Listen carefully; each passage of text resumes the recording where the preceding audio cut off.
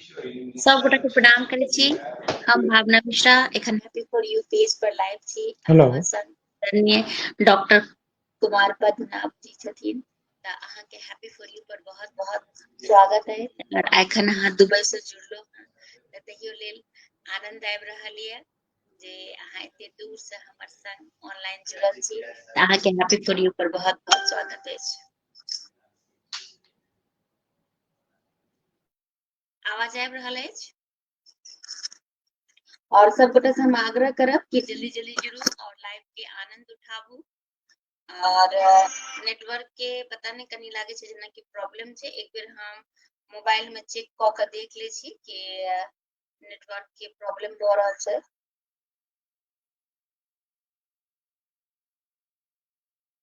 हाँ त नेटवर्क के प्रॉब्लम अहीं के भ रहल अछि जे कि हम शुरू में भी अहाँ के कहलौ कि नेटवर्क के प्रॉब्लम अहीं के भ रहल ये। हमर लाइव में आवाज और फोटो सब किछ बढ़िया से आबि रहल अछि। त कनी एक बेर अहाँ चेक करियो कि अहाँ के नेटवर्क के किया इश्यू भ रहल अछि। मोहन कश्यप जी सेहो जुड़ गेलखिन हैं, लिख रहल छथिन जय श्री राम राम जी। त बहुत बहुत धन्यवाद अपने के कि अहाँ लाइव से जुड़लो हैं। और नेटवर्क के तो इश्यू लग रहा छै। देखियो पुनः वो जुड़े के प्रयास करथिन।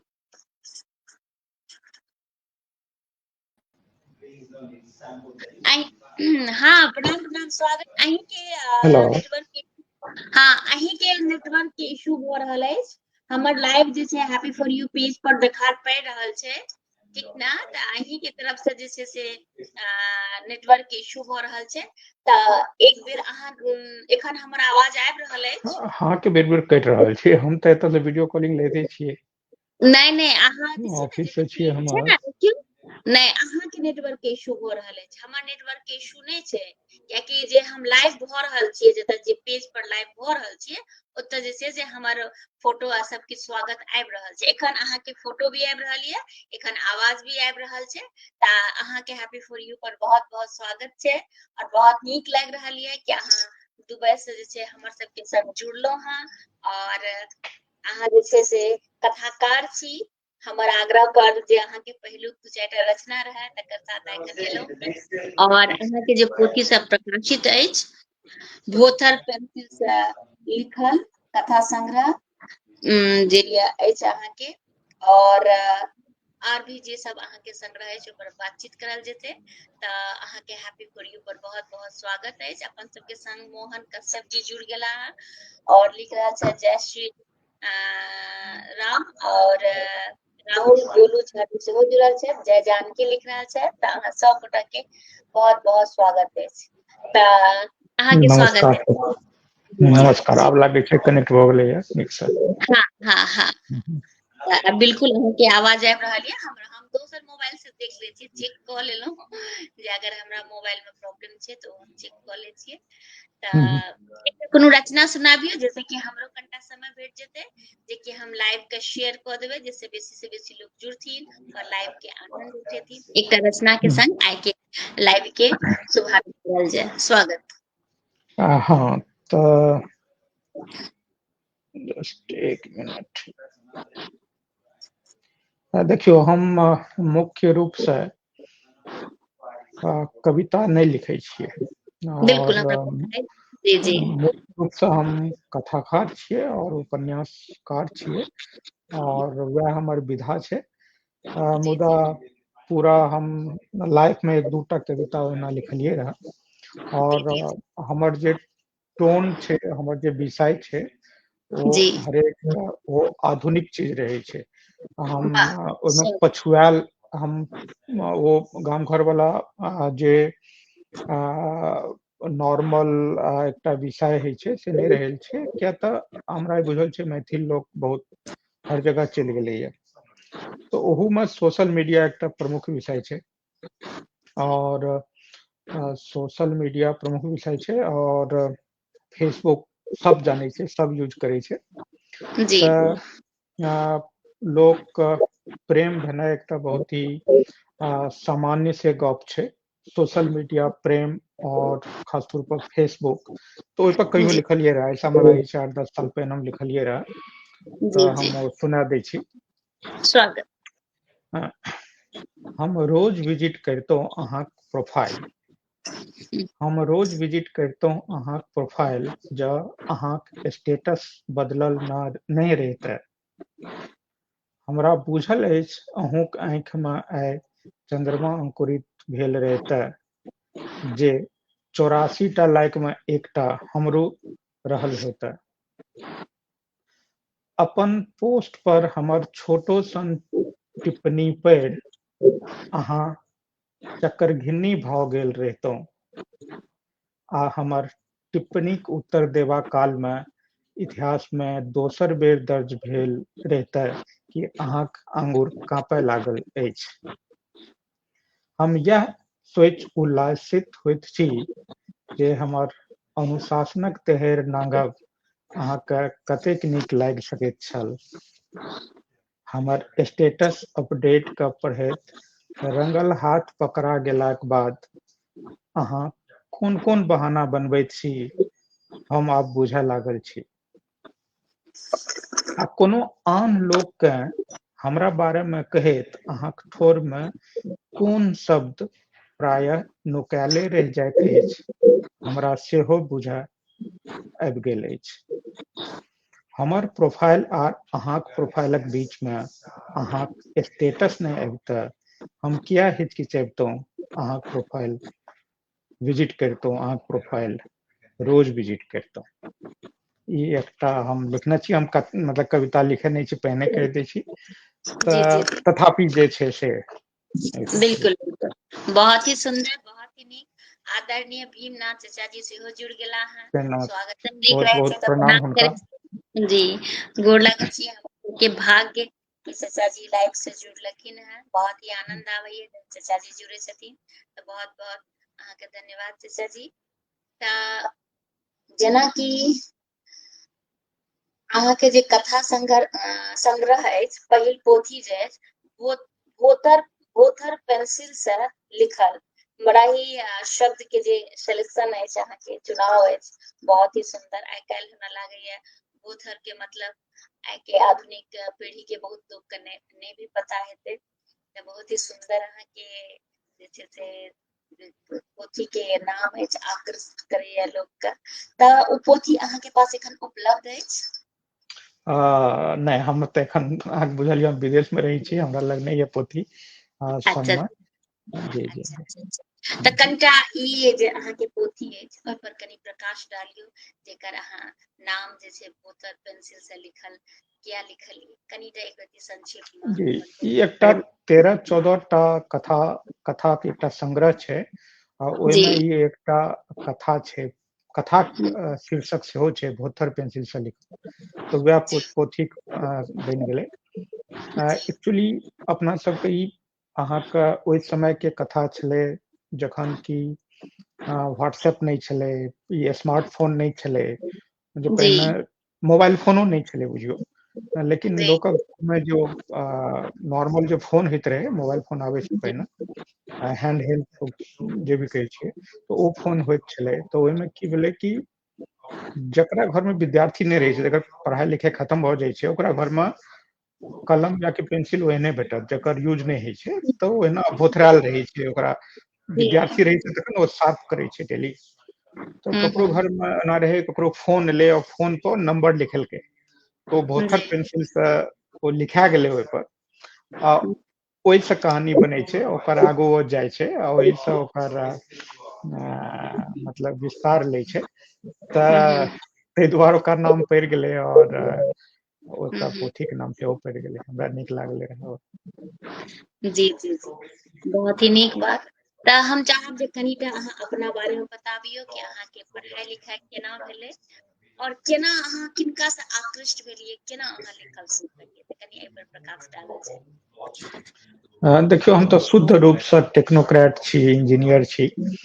जी तऽ हम मैट्रिक तक गामेमे पढ़लियै। हम बनेनिया गाम छै सुपौल जिलामे, आ ओहिमे रहै वाला सुपौल छी। सहरसा, और जी सुपौल जी सहरसा जी जी जी और हमार गाम के सबसे बड़का पहचान है मैथिली भाषा के लिए कि स्वर्गीय श्री मायानंद मिश्र हमरे गाम के छला हमर सबक मतलब बाबा बाबा कहै छलियन हमर सबके भगिन मान छले तो बहुत ही क्लोज तो हमार गाम का सब जाने छे मैथिली में पढ़े लिखे वाला सब आदमी जाने छे तो वही गाम से छलिए मैट्रिक पास के लिए ओकर बाद हमार बाबूजी नौकरी करैत रहथिन गोरखपुर तो ओतय एलिए फिर ओतय से इंटरमीडिएट के लिए ओकर बाद फिर ओतय से इंजीनियरिंग के लिए फिर हम बाहर के पढ़ाई टेक्नोलॉजी के फील्ड में आगू भेल गेले और पिछला लगभग 20 साल से हम नौकरी करै छियै टेक्नोलॉजी के फील्ड में तो ई तो भेलै एकटा पक्ष और एहि पर बेसी जी जी टेक्नोलॉजी के जी फील्ड पर हम नहीं गप करे ले चाहे छी मैथिली के चीज छै जी जी जी लेकिन जी ई बहुत रुचिकर छै कि हमर कोना झुकाव भेलै हम तो पूरा मतलब अंग्रेजी पढ़े वाला टेक्नोलॉजी इंजीनियरिंग पढ़े वाला मुदा की छै कि साहित्य के प्रति हमरा लगाव छल और हमर पिताजी साहित्य पढ़ने छलथि मतलब वो हिंदी और अंग्रेजी दोनों विषय में एमए केने छलथि तऽ कनि मनी अच्छा माहौल रहे तो हम इंटरमीडिएट के छुट्टी में हम किछ किछ ओहिना उपन्यास पढ़ लगलिए जो घर में रहे तो पापा मना केलखिन ओहि समय इंजीनियरिंग के तैयारी करैत रहिए तो नहीं नीक लागले रहे हमरा फिर इंजीनियरिंग में एडमिशन भेले तब गर्मी छुट्टी में लिए तो पापा हमरा लाइब्रेरी के 4टा कार्ड बना के देलखिन मेंबरशिप जे है छै तो फिर गर्मी छुट्टी में लाइब्रेरी जाइए मेनली उस समय एयर कंडीशन लाइब्रेरी रेलवे के बहुत बड़का लाइब्रेरी है गोरखपुर में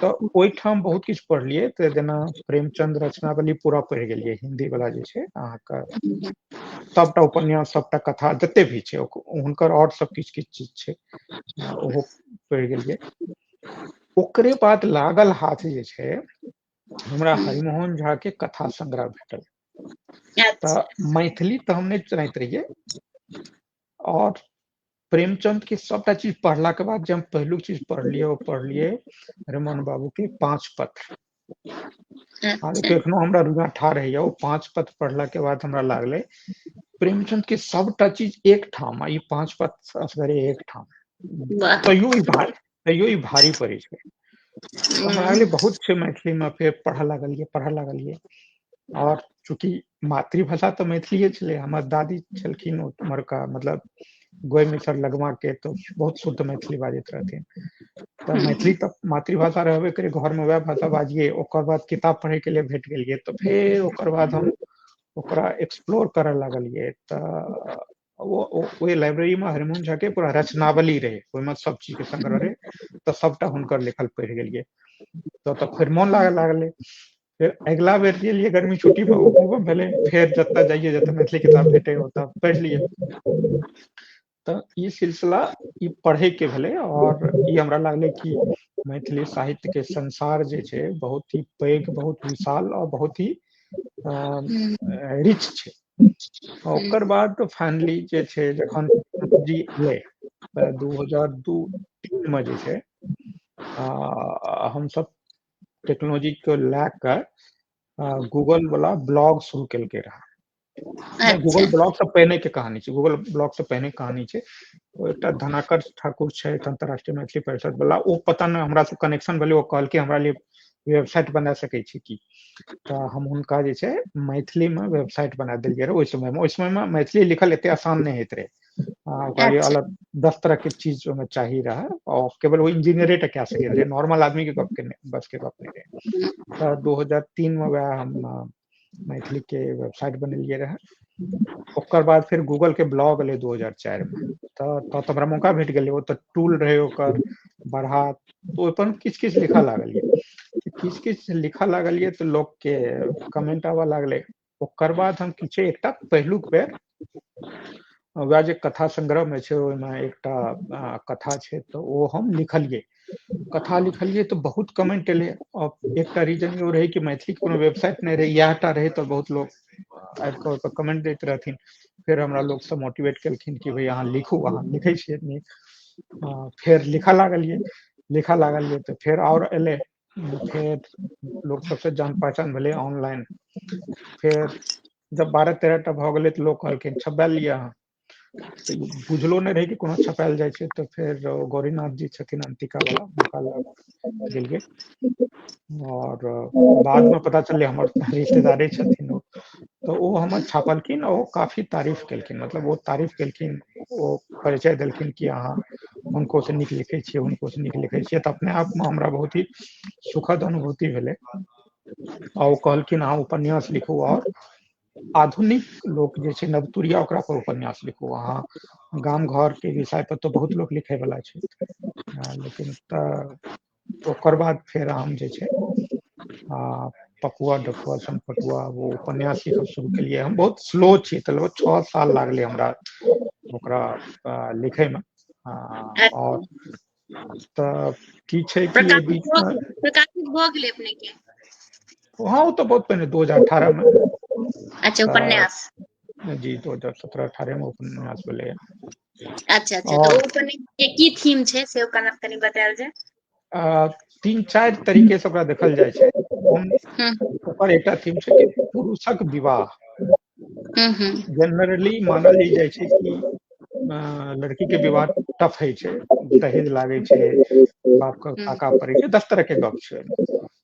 लेकिन आइ समय एहन बदलि गेलै कि पुरुषक विवाह बहुत टफ छै। मतलब सही। अहाँ के पास केओ बेटी के बाप छथि के माय छथि, हुनका लग खूब पैसा छै, तऽ बेटी के पढ़ा लिखा दियौ और केओ बियाह कऽ सकै छै। अहाँ लग ऑप्शंस अवेलेबल छै, हजारों के संख्या में, अहाँ चूज कए कऽ आबि सकै छियै। लड़का सब में कतौ पढ़ि लिख लेलियै, या 10 तरह के चीज छै, अहाँ कते स्मार्ट छियै, अहाँके बैकग्राउंड की यऽ, अहाँ कतबो मेहनती छियै, कतबो आगे बढ़े वाला छियै, तऽ अहाँके ओते मोल नहि छै। तऽ मुख्य थीम ई छै कि लड़का के विवाह कतेक टफ छै। और ओहिमे 2-3टा कहानी पैरेलल में चलि रहल छै। किछु एंटरप्रेन्योरशिप के सेहो छै कि नौकरी करब से बढ़िया छै एंटरप्रेन्योरशिप। गाम घर के एकटा कोनो छोट लोक के प्रदर्शित के लिए पैरेलल कहानी छै, जे कोना आगू बढ़लखिन यऽ। और जे प्रेम त्रिकोण पर छै, और अहाँके जे कैरियर छै ओहि पर सबकिछु डिवाइड होइ छै। तऽ ओहि पर डिसाइड करै छै कि की कोना और कतऽ जे डिफाइन होइ छै। तऽ पूरा ओहि पर छै। बाकी तऽ जे लोग पढ़थिन तखने पता चलतै कि अंदर में की छै। बिल्कुल, बहुत ही सुंदर नाम भी बड़ा ही अहाँके जे पोथी अछि 2018 में जे छै से प्रकाशित भेल है, और बड़ा ही नाम भी अलग टाइप के लग रहा है, पपुआ ठपुआ सन पटुआ। बिल्कुल ई नाम के नहीं, ई अपना हाँ। सबके ई छै कि ओहिमे किदन तऽ नाम रहे। अपना सब गाम में एकटा फकरा चलै छै कि पपुआ में की छै, मतलब पपुआ ढपुआ सन पटुआ, और ओकर बियाह में हम नटुआ, कए कऽ ओकरा लोग चिढ़ायल जाइत रहे। अच्छा। ई ओकर एकटा ओ छै। और ओहिमे एकटा पात्र के नाम छियै, और केओ ओकरा ओहिमे चिढ़बैत रहे, तऽ ये गाम घर से उपजल चीज पर लिखल गेल रहे। बड़ा ही सुंदर। चलू तो बहुत बहुत अहाँके शुभकामना, बहुत रास बधाई। अपन सबके संग ममता झा दीदी सेहो जुड़ गेली है, केसकर ठाकुर जी नमस्कार सेहो सबका। जुड़ल छै, स्वागत अछि लिख बहुत रहल छै। बहुत के बहुत जी बहुत धन्यवाद, प्रणाम। जी। और अहाँके और जे एकटा पोथी अछि पलार सँ पहाड़ धरि, तऽ ई हाँ जे हाँ अहाँके पोथी अछि पलार सँ जी पहाड़ धरि, एकरा जी बारे में कनी छै से बतायल जाय। जी जी। ई पोथी हमर जे छै ने, ई यात्रा वृतांत छियै। ओकरा यात्रा वृतांत नहि कहियौ, जी यात्रा जी। में जे आमद भेल कथा सब छै ओ छियै। आइ काल्हि तऽ आधुनिक समय में तऽ यात्रा के चरित्रे बदलि गेलैया। अहाँ यदि कोनो चीज लिखै छियै कि एतऽ तक के किराया एते लागल छै, काल्हि खुना बदलि जाइ छै, अगला मिनट पर बदलि जाइ छै, तऽ अहाँ किराया लिख नहि सकै छियै, ओकर रूट सेहो नहि लिख सकै छियै। तऽ ओकर जे लॉजिस्टिक जे छै ओकर अहाँके ओकर वर्णन अहाँ नहि कऽ सकै छियै। हाँ, तखन यात्रा से उपजल जे कथा छै ओकर वर्णन कऽ सकै छी। तऽ लगभग हम अपन जीवन में लगभग 40टा देश के यात्रा केलियै है, अच्छा। मोस्टली पर्यटन के रूप में। ओहिमे सँ किछु देश के जे बहुत पॉपुलर छै, जेना अमेरिका बहुत लोग जाइ छै, इंग्लैंड बहुत लोग जाइ छै, तो ओकर हम नहीं लिखलियै ये। मुदा किछु एहन देश छै जकरा बारे में यात्रा वृतांत नहीं लिखल गेलै ये, तऽ ओ सब चीज में हम सम्मिलित केने छियै। लगभग 17-18 टा देश के यात्रा के जे छै कहानी छै। जेना जेना ओमे कोन कोन देश का अहाँ शामिल करलियै हैं? जेना अहाँके एखन इस्तांबुल के यात्रा छै, इस्तांबुल के हम लिखने छी। इस्तांबुल बहुत ही पुरान शहर छै, और किछु चीज हम जेना कहऽ चाहब जे जेना हम ओतऽ गेलियै रह, स्विट्जरलैंड गेलियै रह, तऽ स्विट्जरलैंड गेलियै रह तऽ ओतऽ लगभग 1 सप्ताह के हमर रहे ट्रैवल, लेकिन ओहिमे से एक खाली रहे। तो ओतऽ पर्यटन के जे ऑफिस में जाके पूछलियै कि मतलब एक दिन में की कयल जा सकैए, तो ओ हमरा से पूछलखिन कि भाई अहाँ के कोन चीज में इंटरेस्ट ये, तऽ ओकरा हम कह देलियै हम लेखक छी अपन मातृभाषा में, मैथिली में। तो कहलखिन जर्मन भाषा के सबसँ पैघ लेखिका छै जे उपन्यास लिखै छथिन, हुनकर अहाँ नाम जाय लए चाहै छी? तऽ हम कहि देलियै। तऽ योहाना स्पैरी कए कऽ एकटा जर्मन भाषा के बहुत पैघ लेखिका छली, लगभग 1810 में हुनकर पीक रहे। तऽ ओतऽ से टूर अरेंज कए कऽ ज्यूरिख से एकटा जगह छै जतऽ कि हेडीलैंड कहै छै। अच्छा। हेडीलैंड ओहि उपन्यास, ओ जे हुनकर उपन्यास छै ओकर एकटा जगह के नाम रहे। बाद में स्विट्जरलैंड के सरकार की छै, हुनकर जगहे के नाम के बदलि देलकै उपन्यास के पात्र के आधार पर। अच्छा। मतलब ई कनिया सबक हम एहिमे ध्यान आकर्षित करै लए चाहब। जेना मानि लिअ यात्री जी के जे गाम छनि, हुनकर नाम यदि बलचनमापुर पड़ि जाय, बलचनमा हमर उपन्यास के नाम छियै, या फिर कोनो और कोनो उपन्यास छै, हुनकर कोनो पात्र छै जे नाम ओहिसँ पड़ि जाय, तऽ कते बड़का गप भेलै। ई स्विट्जरलैंड सरकार जे छै योहाना स्पैरी के गाम, प्योर गाम छै, ओहिमे 10टा घर छै, आ ओहि गाम के नामे बदलि देलकै हेडीलैंड कए कऽ, ओ उपन्यास के पात्र के नाम है। तऽ ओहिठाम हम गेलियै, तऽ ओतुका बिल्कुल अलग अनुभव रहे कि, और इनफैक्ट हम हुनकर किताब नहीं पढ़ने रहियै कहियो, लेकिन ओतऽ गेलाके बाद फेर किताब पढ़ि कऽ अंग्रेजी भाषा में हुनकर किताब पढ़लियै। तऽ बिल्कुल एकटा अलग अनुभव भेलै, और किताब पढ़ला के बाद जो हम लिखलियै तऽ ओ एकटा अलग टाइप के छै। फेर जेना मानि लिअ एखन हम रिसेंटली गेलियै रह अहाँके जॉर्जिया और आर्मेनिया कए कऽ एकटा जगह छै, तऽ जॉर्जिया और आर्मेनिया एके ट्रिप में दुनू ठाम गेलियै रह। तऽ ई की छै, सोवियत रूस के सँ टूटल एकटा देश छै। तऽ ओतऽ जे छै हम गेलियै, हमर मोन में रहे कि भाई सोवियत रूस के कोनो हम अंश ओतऽ ताकबै की छै, और अच्छा। भारत के कोन प्रभाव पड़लै, किया तऽ भारत मित्र रहे सोवियत रूस के। तऽ ओतऽ गेलियै, ताकैत ताकैत टैक्सी ड्राइवर से करैत करैत, इम्हर से गप करैत करैत, बहुत तरह हम नहीं एखन रिवील करै लए नहीं चाहै छी, किताब में हम चाहै छी कि लोग सब पढ़ैत ओकरा, लेकिन भारत के रूस पर प्रभाव केहन छै ओ जॉर्जिया और आर्मेनिया के मतलब यात्रा से हम ओकरा साबित करे के कोशिश केलियै ये। तऽ ई जे छै अहाँके ई जे कथा छै, और यात्रा वृतांत कम छै, ओ एहन तरह के कथा जे छै जकर वैश्विक असर छै, ओ सब बेसी छै। जेना मानि लिअ जर्मनी के दीवार छै, ओ टूटल छै, ओतऽ गेलियै जर्मनी के दीवार टूटल छै, तऽ की अनुभव भेलै कि ओहि कात अहाँके साम्यवादी रहे, कम्युनिस्ट पार्टी के लोग रहे, एक कात पूंजीवादी रहे। जखन तोड़ल गेलै तऽ की भेलै, ओकर की छै, मतलब अहाँके की ओकर सबूत भेटत कि एहि कात की छै, ओहि कात की छै। तऽ एहन तरह के चीज छै। जेना मानि लिअ एकटा एहन देश गेलियै, लिचेस्टाइन कए कऽ कहल जाइ छै, जकर 45,000 केवल जनसंख्या छै। ओतऽ कोनो पुलिस नहीं छै, ओतऽ ओतुका लोग जे छै अपराधो नहीं करै छै।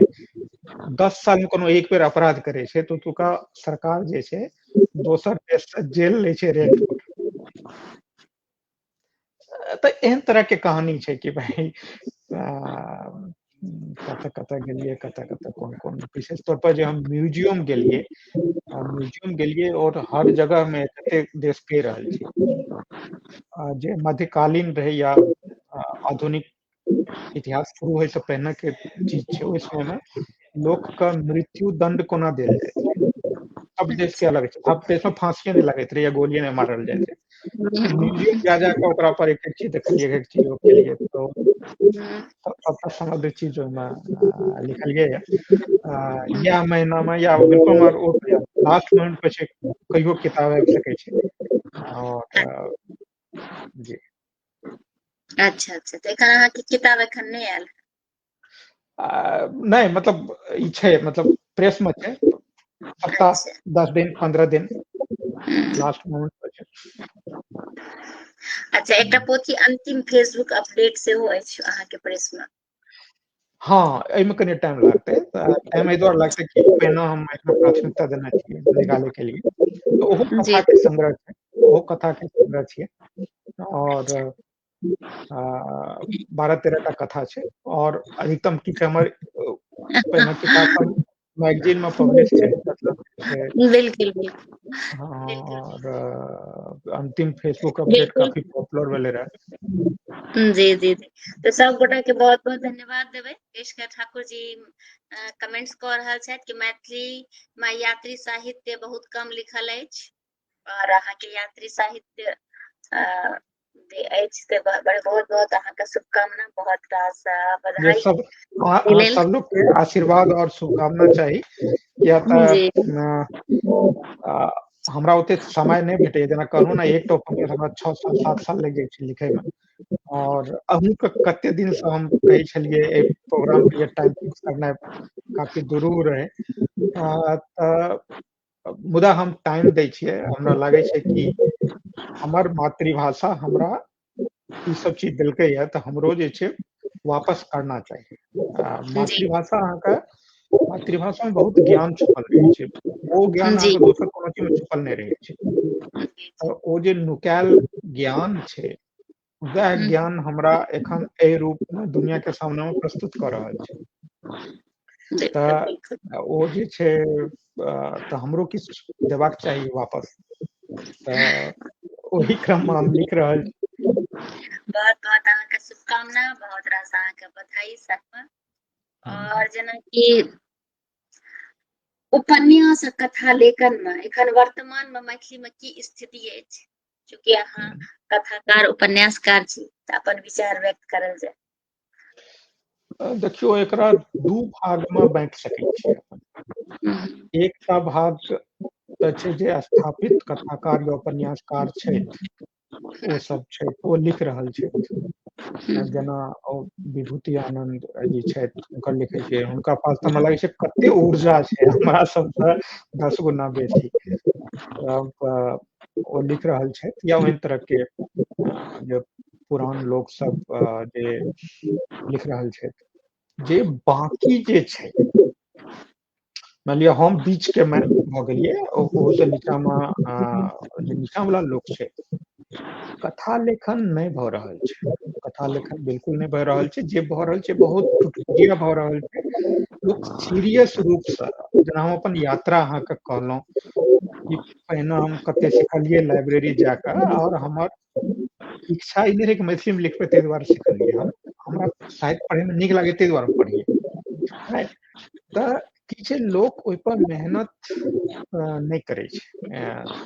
मेहनत नहीं करै छै, मैथिल में लिखले जे छै ओकरो नहीं पढ़ै छै। तऽ आधुनिक जे छै, नवतुरिया नहीं लिख रहल छै। ताहि दुआरे हमरा ई लागि रहल ये कि भविष्य जे छै बहुत ही अंधकारमय छै। कहै के मतलब, हरिमोहन झा के केओ उत्तराधिकारी नहीं बनलै अपना एहिठाम। विभूति आनंदो सर के उत्तराधिकारी नहीं बनि रहल छै।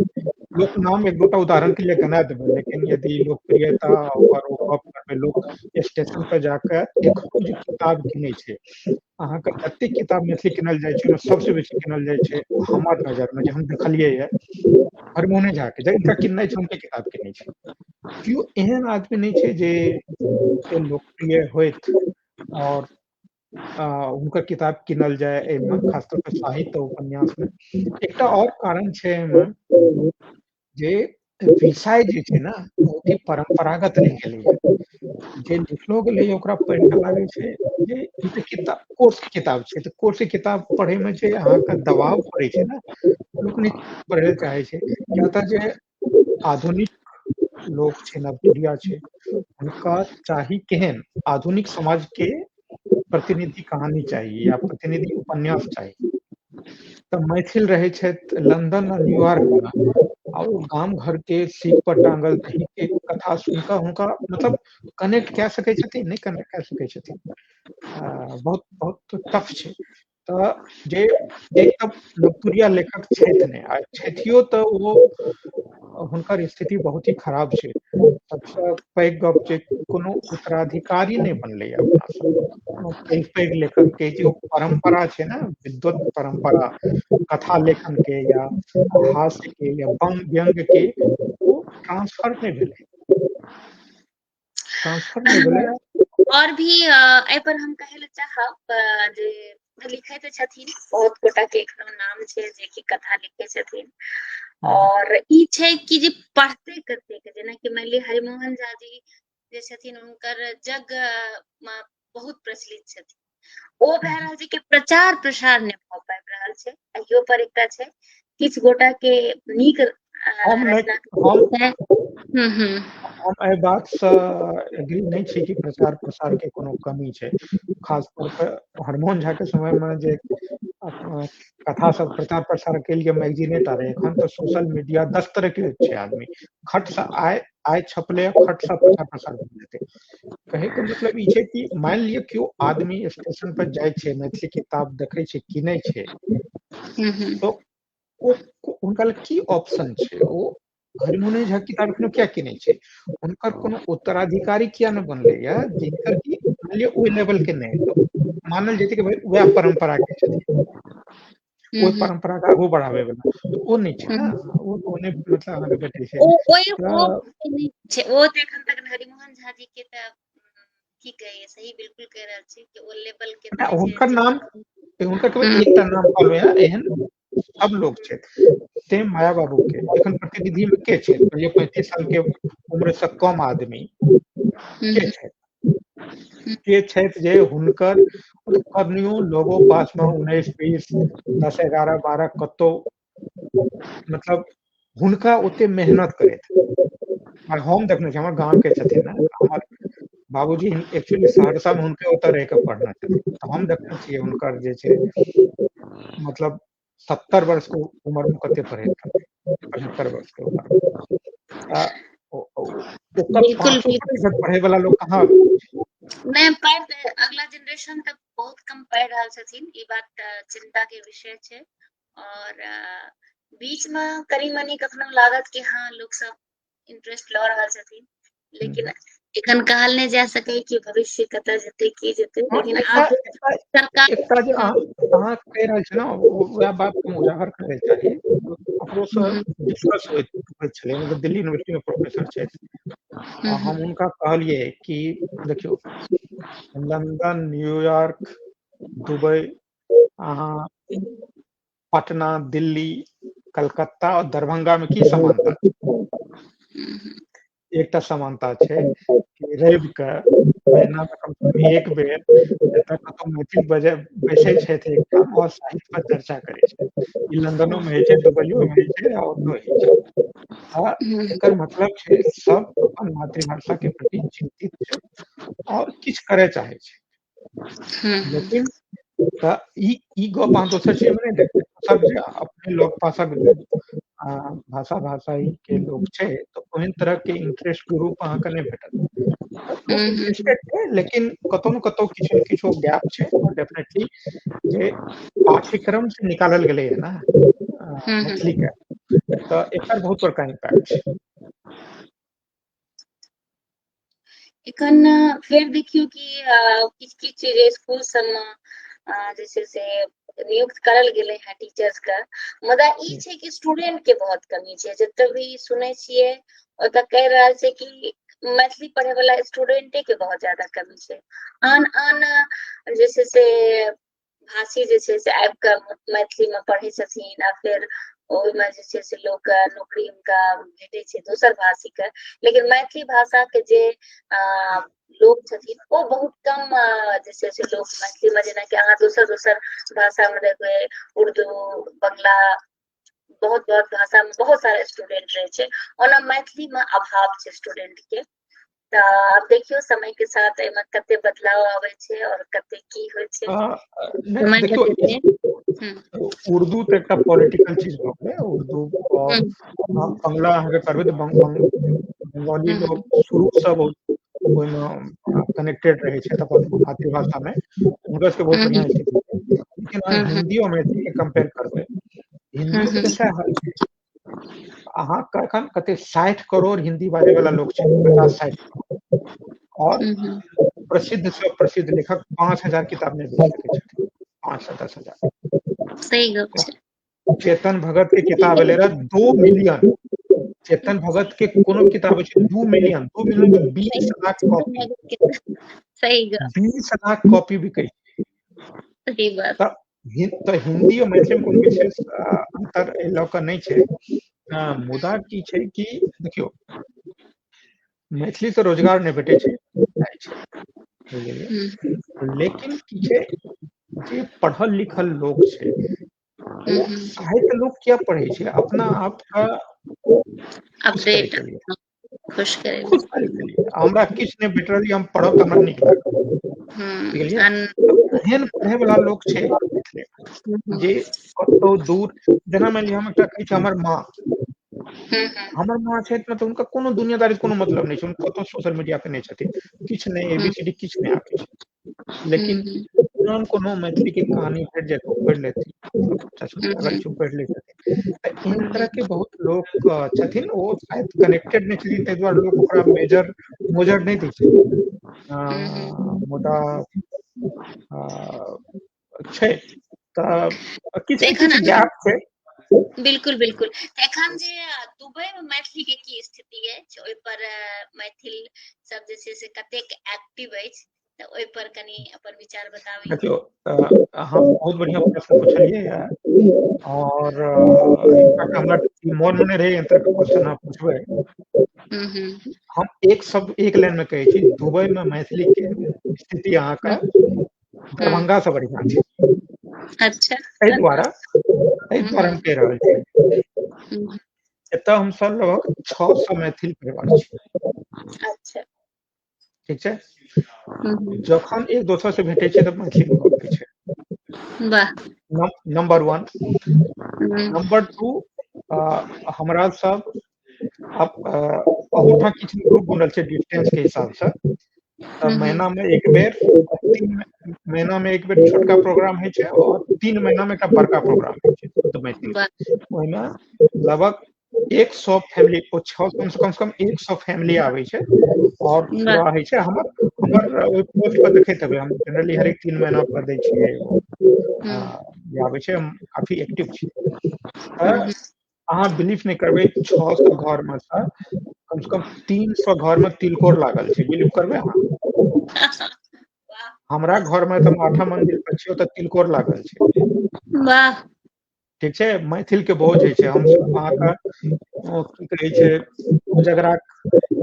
कोजगरा मनबै छियै, हमसब अहाँके तिला संक्रांति मनबै छियै। दिल्ली में ओतेक नहीं हैत, हम दावा के साथ कहि रहल छी। एहि दुआरे, और ई एकटा पॉजिटिव पक्ष भेलै जे पलायन छै, पलायन से गाम घर से लोग दूर होइ छै, तऽ लेकिन जे छै पलायन से एकटा और होइ छै, अहाँ संस्कृति, अपन संस्कृति दोसर ठाम पहुँचा रहल छी। केओ बिलीव कए सकै छै, अपना ठाम जते लोग देख रहल छै कि 600 मैथिल परिवार में 300 मैथिल के ठाम तिलकोर लागल छै अपार्टमेंट में। वाह, साहित्य पढ़ै छै, हर तरह से ग्रुप बनल छै, एक से एक हम सब कलाकार के बजबै छियै। हम सब जेना दुबई में कंसुलेट छै, तऽ पूजा झा छथिन, हुनकर पेंटिंग हम कंसुलेट में जाकर हम सब लगेलियै, मिथिला पेंटिंग।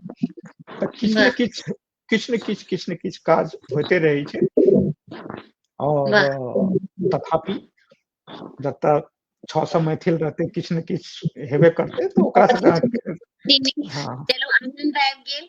जे समय में हम दुबई गेल रही तो शायद ओहि समय में अहाँ सब परिचय रहते तो अवश्य हम ओ तिलकोर के आनंद उठेतौं। हमरा तखन परिचय नहीं छल। हाँ लेकिन अगला बेर जरूर हम अगर दुबई आयब एकटा छोटका सन एहिसँ पहिने कि अहाँ बंद करबै, छोटका हम्म, सनके गप कहै छी। जी जी जी।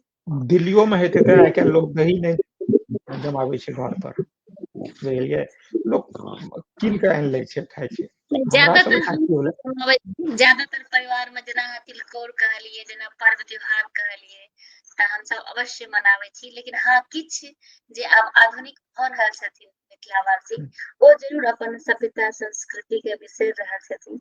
आर नहि हमरा हम बड़ा दोसर नीक हम अहाँ से गप कए दोसर के चीज हम हमरा कहि रहल छी। हाँ, जेना कि अहाँ से गप कए के हमरा और ई बात के मतलब अपार हर्ष भेल कि दुबई में भी अपन सबके सभ्यता संस्कृति का अहाँ सब एतेक नीक से जे छै से आगाँ नहि बढ़ा रहल हम दोसर गप कहै छलहुँ कि जेना छी। जी जी, कहल जाय।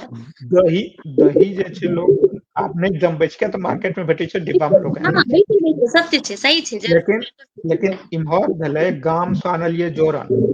हम अच्छा, अपना एहिठाम दही जमेनाइ शुरू केलियै, एक मैथिल एहिठाम गेलै, दोसर एहिठाम गेलै, तेसर एहिठाम, दर्जनो एहिठाम पटि गेलै यौ। वाह। बुझलियै, सिंपल सा गप कहि रहल छी। तऽ एहन तरह के मैथिल के तऽ विशेषता छियै कि भाई बाकी कोनो कम्युनिटी में ई छै कि अपन अपन जे जड़ के जे छै मैथिल बिसरे नहीं छै, ई गप तऽ छै। वाह वाह, बहुत ही सुंदर, बहुत ही आनंद आयल और बहुत ही नीक लागल कि जी दुबई बहुत, हमरो बहुत नीक लागल। हाँ अपन सबके विश्व में जे छै से मैथिली मिथिला के सभ्यता संस्कृति आगाँ बढ़ैया, ई बड़ा ही आनंद की कहलहुँ। तऽ हम चाहब जे एकटा और रचना, बहुत देर अपन सबके गपशप भेलै, एकटा और रचना हमरा सबके सुना देल जाय। जी एकटा हम वएह फेसबुक पर छै, जी वएह 10 साल पहिने हम लिखने छलियै। हम कविता लिखऽ नहि आबैया हम, कहता अपने पढ़ि कऽ हमरा ओते नहि नीक लागैया। अच्छा मुदा अच्छा बाकी लोग कहता केहन लागलै। अच्छा अच्छा। फेसबुक पर जे देखै छियै ने, ओकरा फेसबुक के दीवार कहल जाइ छै, दीवार। हम्म। तऽ ओकर वएह कविता छै, जुकुर वर्गक फेसबुकक देवाल आ हम्म देवाल परहक शब्द, ई अहाँक देवाल आ ओ हुनकर शब्द, काँच शब्द, पाकल शब्द, अनेरुआ शब्द, अर्थ सँ उधियात शब्द आ भावुक भेल हमर ई दीवाल। शब्दक चोरी, शब्दक हेराफेरी, कतहु शब्दक मारते रास अलाप, कतहु घनघोर शब्द प्रलाप, शब्दक सफर एक देवाल सँ दोसर देवाल धरि, अपन मुँहक उद्घोषणा करैत किछु शब्द आ हाजरी लगबैत ई दीवाल। ठूसल शब्द, पाकल शब्द, बाझल शब्द, थाकल शब्द, हारल शब्द, शब्दक मर्दन, शब्दक महाक्रंदन, शब्दक छुरी आ शब्दक तरुआरि, जीवन याचना करैत किछु शब्द, अपना आप का दीवार में चुनबैत किछु शब्द, शब्दक कत्लेआम, शब्दक लहास सँ पाटल ई दीवाल आ सब चीज के मौन आ विस्मित भाव सहित ई दीवाल। शब्दक आशा, शब्दक प्रत्याशा, शब्दक गठजोड़ महाजोड़, शब्दक अभियान, शब्दक महायान, ठोस करैत देवाल में जान आनैत शब्द, जीवनक संचार आ रंग आयामक प्रचार करैत शब्द, हमरो सनक फंटूस का कवि बनबैत शब्द, हमरो शब्द का कविता बनबैत ई दीवाल। वाह, बहुत ही सुंदर, बहुत ही नीक अहाँ फेसबुक पर के वर्णन कर लिए हैं। बहुत ही अहाँके शुभकामना। और जेना कि आइखन काव्यधारा के 216 एपिसोड भ गेल, अपना आप जी में बड़ा ही बड़ा आनंद लागैया कि काव्यधारा के 216 एपिसोड भ गेलै। तऽ अहाँके बहुत हैप्पी बड़का, फॉर, हाँ हैप्पी फॉर यू बहुत के बड़का केना अचीवमेंट, बहुत बड़का अचीवमेंट छियै। मैथिली में कोनो किताब के 200 सरिया का पाठक नहीं होइ छै, ओहिमे अहाँ 216 टा एपिसोड निकाललियै यऽ। सबसे बड़का बधाई तऽ अहाँके कि अहाँके अंग्रेजी में एकटा शब्द होइ छै परसिवियरेंस, ओकर मैथिली नहीं बुझल यऽ, जे जिद्द होइ छै ने, एते पैघ यऽ अहाँके एतऽ तक लऽ के एलियै यऽ। अहूँ को बहुत बहुत धन्यवाद, अहूँ के हैप्पी फॉर यू। बहुत बहुत धन्यवाद अपने का। तो जेना अहाँ हैप्पी फॉर यू से जुड़ल छी, देखैत रहे छी, तऽ किछु जी जी ओहिमे अहाँके लागैए किछु और ओहिमे करल जाय या किछो अहाँके विचार तऽ स्वागत कहल जाय। हमरा लागैए कि जे सुधार करबाक छै ओहिमे कि जेना एहन तरहके प्रोग्राम होइ छै ने, कैजुअल नहि होबाक चाही। मतलब जे लेखक सब छथि, यदि टेक्नोलॉजी से बेसी परिचय नहीं छनि तऽ कनिए हुनका गाइड कए कऽ कनिए वीडियो के क्वालिटी बढ़िया होबाक चाही। हमरा कनि हम देखैत रहौं पुरनका वीडियो सब, तऽ कनि परेशानी भेल, तऽ हमरा परेशानी भेल तऽ दोसरो के होइत हेतै। तऽ की होइ छै ने, साहित्य में मानि लिअ कोनो चीज नहि नीक अबै छै, कोनो चीज परेशानी छै तऽ लोक ओकरा छोड़ि दै छै। ई सलाह रहत कि कनिया जे छै, जेनाकि मानि लिअ एखन अहाँ दुबई से जुड़ल छी और जहन अपन सबके लाइव समाप्त हैत तकर बाद अहाँ लाइव देखब जाकऽ, तऽ शुरू में अहूँ के नेटवर्क के इशू भेल, जेनाकि अहाँके हम शुरू में कहलहुँ रहे लाइव स्टार्ट से पहिने कि हमर नेटवर्क ठीक अछि, अहाँके गड़बड़ अछि। मुदा अहाँ जहन लाइव शुरू करलियै तऽ फिर यह प्रॉब्लम भेलै, तऽ हम कहलिए जाकर देखिए लाइव में कि एना तऽ नहीं कि हमरा नेटवर्क के इशू भेलै। ओहिमे जे देखलिए तऽ ओहिमे नेटवर्क के अहीं इशू रहे। तऽ ई जे टेक्निकल चीज छै ने, एहि पर हमर कंट्रोल नहीं छै सबसे नहीं पहिने बात। हम ओकर गप हम नहीं कह रहल छी जे नेटवर्क के इशू तऽ अहाँके कंट्रोल नहीं है, लेकिन वीडियो के क्वालिटी, वीडियो जे मोबाइल से कतऽ राखल जाए, बैकग्राउंड केहन होना चाहिए, बैकग्राउंड में नॉइज नहीं होबाक चाहिए, नॉर्मल तरह के एहन तरह के ताकि भैया नहीं आबै छै तऽ नहीं आबै छै, लेकिन आबत नहीं आबत, कहे के मतलब ई छै। हाँ छै, लेकिन किछु जे मतलब कि जेनाकि घर में केओ नहीं छथिन, जेनाकि हम काव्यधारा में ई प्रयास करलिए हैं कि जे आदमी डिजिटल से जुड़ल छथिन वो तऽ कतौ भी आबि सकै छथिन, वो तऽ आबिते छथिन, हुनकर तऽ हम स्वागत वेलकम करते छियै। जे कि बहुत दूर छथिन, जे कि डिजिटल से नहीं जाने छथिन, हुनका बहुत दिक्कत होइ छै, तकर बाद भी हमर प्रयास रहे छै कि जुड़े। 2 दिन पहिनैये से कहलहुँ कि एना जुड़ियो, लेकिन नेटवर्क पहिल बेर जहन केओ आबै छै तऽ हुनका जे छै से कनी दिक्कत भऽ जाइ छै, प्रॉब्लम भऽ जाइ छै। तऽ ओ प्रयास हमर रहै छै, मुदा की करल जाय, ई तऽ हम बुझिते छियै जहन ठीक छै, डिजिटल चीज छियै तऽ नया नया चीज रहै छै। जेनाकि मानि लिअ शुरू में फोने एलै कि व्हाट्सएपे एलै कि फेसबुके एलै तऽ लोकके समझे में समय लागलै। तऽ 1 दिन 2 दिन में हम पूरा नहीं समझा सकै छियै, जे कि ओहिसँ जिनका कि बिल्कुल नहीं पता छै। तऽ ओ जी प्रयास हम करै छियै 2 दिन 3 दिन, तऽ ओहि पर जितना हमरा होइ छै, मुदा की करल जा सकैया। चलू हाँ, अहाँके विचार के हम जे छै से ध्यान में राखब, और हम प्रयास करबै और उनका समझाने के प्रयास करबै। और जी जी हैप्पी फॉर यू के माध्यम से जे छै से अहाँ किछु जे छै से रचना सब कहै लए चाहबै तऽ अहाँके स्वागत अछि। नहीं मतलब आवाज आबि हमर तऽ रहल वैसे अछि? आवाज आबि रहल यऽ, हमरा आवाज आबि रहल यऽ। तऽ ई जे छै, हम कविता लिखे नहीं छी, और हमर पोथी सब एतऽ छै ने, कथा एहिमे कहल नहीं जा सकैए। हाँ, यदि भविष्य में कहियो अहाँके जेना एकल कथा पाठ के करबाक होय, पता नहीं अहाँके ओहिमे प्लान में अछि अथवा नहीं है अछि, तखन कथा या उपन्यास से जुड़ल कोनो भी प्रोग्राम में हम चाहबै कि ओहिमे सम्मिलित होइए। हम तऽ इनफैक्ट एतऽ से हम टिकट कटा के चलि जाइ छियै दरभंगा और मधुबनी, यदि एहन तरह के कोनो चीज प्रोग्राम हमरा नजर में आबै छै तखन। जेनाकि आब देखियौ एखन हमरे नेटवर्क के इशू भए गेलै, अचानक से जे छै से वाईफाई जे छै से छोड़ि देलकै, तऽ फिर हम अपन डाटा से जे छै से ओकरा करलियै। तऽ ई डिजिटल चीज बड़ा ही गड़बड़ चीज होइ छै। हमर आवाज आबि रहल ये अपने के? आबि रहल छै। हाँ हाँ, तऽ ई बड़ा ही की करल जाय, और लाइव करे छी। आब देखियो फेसबुक भी एकटा नया रूल कऽ देलकै हैं, जे कि सारा लाइव के डिलीट कऽ देतै। तऽ कखनो कखनो हमरा मोन होइया कि एकरा जे छै से अथी कए दियै, रिकॉर्ड कए के करियै। फिर हमरा लागैया जे कि ऑनलाइन जे सवाल लोग के रहे छै, जवाब रहे छै, ओ लाइव में ही पूछल जाय छै। तऽ फिर हमरा लागै कि नहीं, ई तऽ छै, चला एकटा ई भऽ रहल छै, और एकरा में हम जे छै और किछु ऐड कऽ देबै। तऽ समय के साथ हम ओहिमे आर किछु ऐड करबै। अहाँके नीक सुझाव अछि और हम जरूर करे के प्रयास करबै। तऽ हमर जे एकटा लास्ट के प्रश्न रहै, जे अहाँ हैप्पी फॉर यू के माध्यम से जे छै से आवाज किछु कटि गेल यऽ। आवाज आबि रहल ये? एखन आबि रहल ये हमर आवाज? आवाज आबि रहल अछि? नहीं आबि रहल यऽ हमर आवाज अपने के? हैप्पी फॉर यू के माध्यम से अहाँ जे छै से नया जनरेशन के किछ कहे ले चाहबै या कि रचनाकार के किछ कहे ले चाहबै? हमर आवाज आबि रहल अछि? हमर आवाज नहीं आबि रहल अछि अपने के?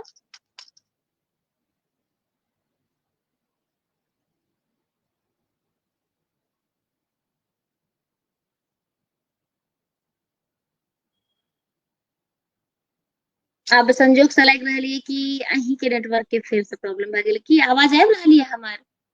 हमर जे प्रश्न अछि अहाँ से कि अहाँ किछ हैप्पी फॉर यू के माध्यम से जे छै से किछ कहे ले चाहबै रचनाकार सबके किछ अपन अहाँ के संदेश या अहाँ के भाव किछ अहाँ कहे ले चाहबै? लाइव के अब हम समापन करे ले चाह रहल छी। ई कटि रहल यऽ बेर बेर हमर अच्छा जे संदेश ई छै कि नवतुरिया एहिमे आगू आबैत पहिने साहित्य पढ़ैत हिंदी के पढ़ैत ओकर बाद जे हरमोहन झा सनक यात्री जी सनक जे लेखक छलथि हुनकर कथा सब पढ़ैत हुनका बहुत नीक लागतै और तदुपरांत ओ एहिमे काज शुरू कऽ सकैत छथि। चलू बहुत ही नीक लागल कि अहाँ एलहुं और एतेक समय देलिए दुबई से जुड़लहुं और एतेक समय देलिए और एतेक नीक नीक गप संग अहाँ के जे छै से पोथी पर भी हमरा सबके जानकारी प्राप्त भेल। तऽ एकटा प्रश्न आर हमर मन में रहि गेल कि अहाँ के जे पोथी छै अगर केओ पढ़े ले चाहथिन तऽ हुनका केना उपलब्ध हेतै सेहो कनी एक रती बता देतियै। आवाज आबि रहल यऽ हमर? हमर आवाज अपने के आबि रहल अछि?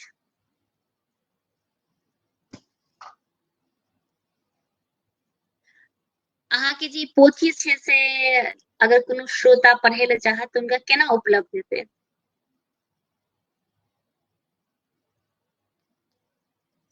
लगैया हमर आवाज अपने के लगे नहीं आबि रहल अछि। हमर आवाज आबि रहल यऽ अपने के?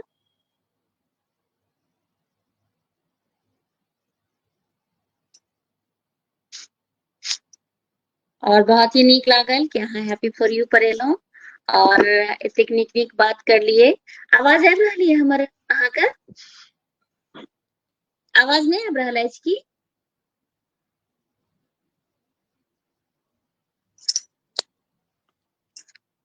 आब ई कार्यक्रम के समाप्त कैल जाय। हमर आवाज आबि रहल यऽ?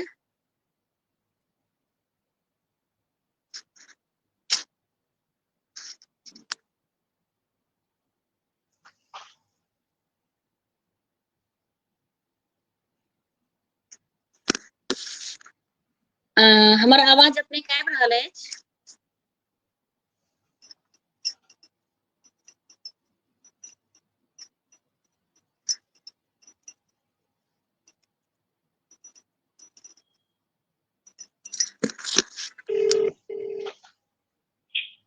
हेलो